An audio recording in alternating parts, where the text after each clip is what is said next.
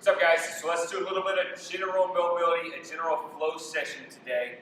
So if you're not super sore on anything and you feel like you just need to get some work done on your off day, this is going to be the session for you. Okay? So for the first 20 minutes, I want you to just do a little bit of general cardio, general warm-up.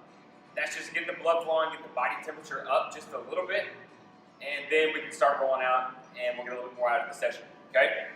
So after your 10 to 20 minutes of cardio, we are going to trigger point our neck. Now, I'm going to use a mobility set from Crossover Symmetry. You can use a lacrosse ball or two lacrosse balls taped together, two tennis balls taped together, whatever it is, it's super easy to make. So we're going to take this, we're going to put it right on the neck, okay? Now, you're not going to put a ton of pressure here. We're just going to put just enough where we can feel it, and we're going to just take our neck and bob it up and down. Looking for tender spots just like we would with foam rolling. You find a spot, let's put a little bit more pressure on it, and then kind of wait for it to release, all right? Then, we're going to move right into our T-spine, so we're going to get the upper back. Same thing with the peanut. Now, for T-spine, I like to get like a disc by disc approach and then just kind of move up from there.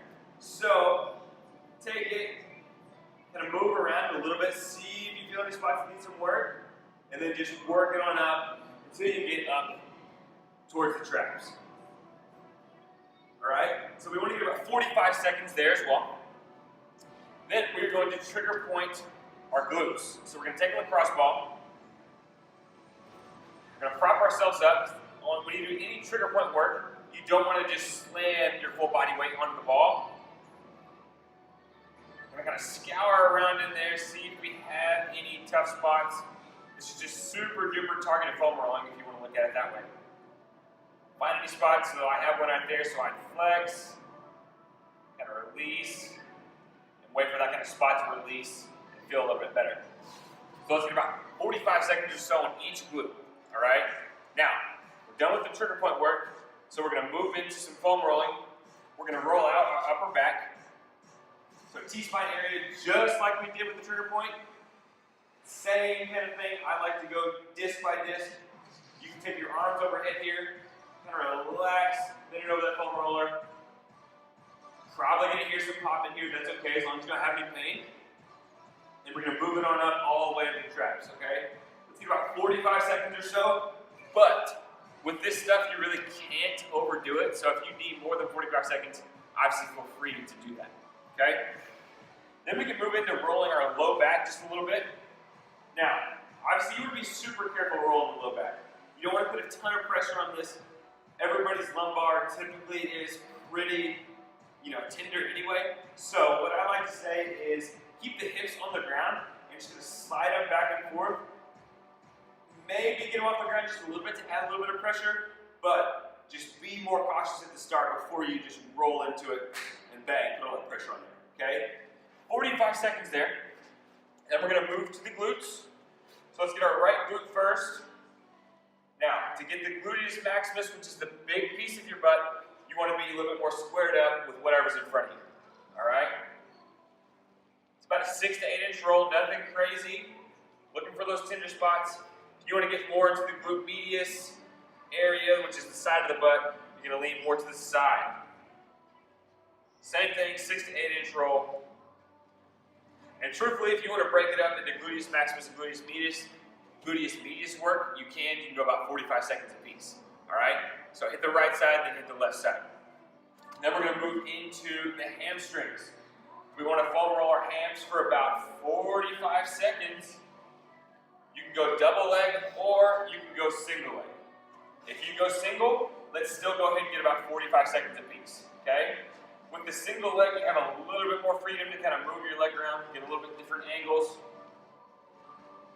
So work through that and then get your other side. Now, we're going to roll out our quads. So we're going to put the foam roller right in front of our knees. Let's pin it against our knees. Kind of lay down in front. You want to work from the top of your knees up to about the hip crease or so. You can go double leg here again. That's okay. Get about 45 seconds. If you want to go single leg, flare one of the legs out to the side. You can work it that way too. Again, get both sides for about 45 seconds to a minute. Now, done with the rolling piece, we're going to do a reach, roll, and lift. So we're going to sit back on our heels, get a nice stretch in the quads here. Foam roller is going to be about a foot to 16 inches or so out in front. We're going to lean forward, put our hands on there. You're legit going to reach forward and roll out. Get to end range of motion. You're going to feel a great stretch in your quads, great stretch in the upper back. You're going to feel it in the lats as well. So roll it all the way out. Get about a 2-second hold at in range.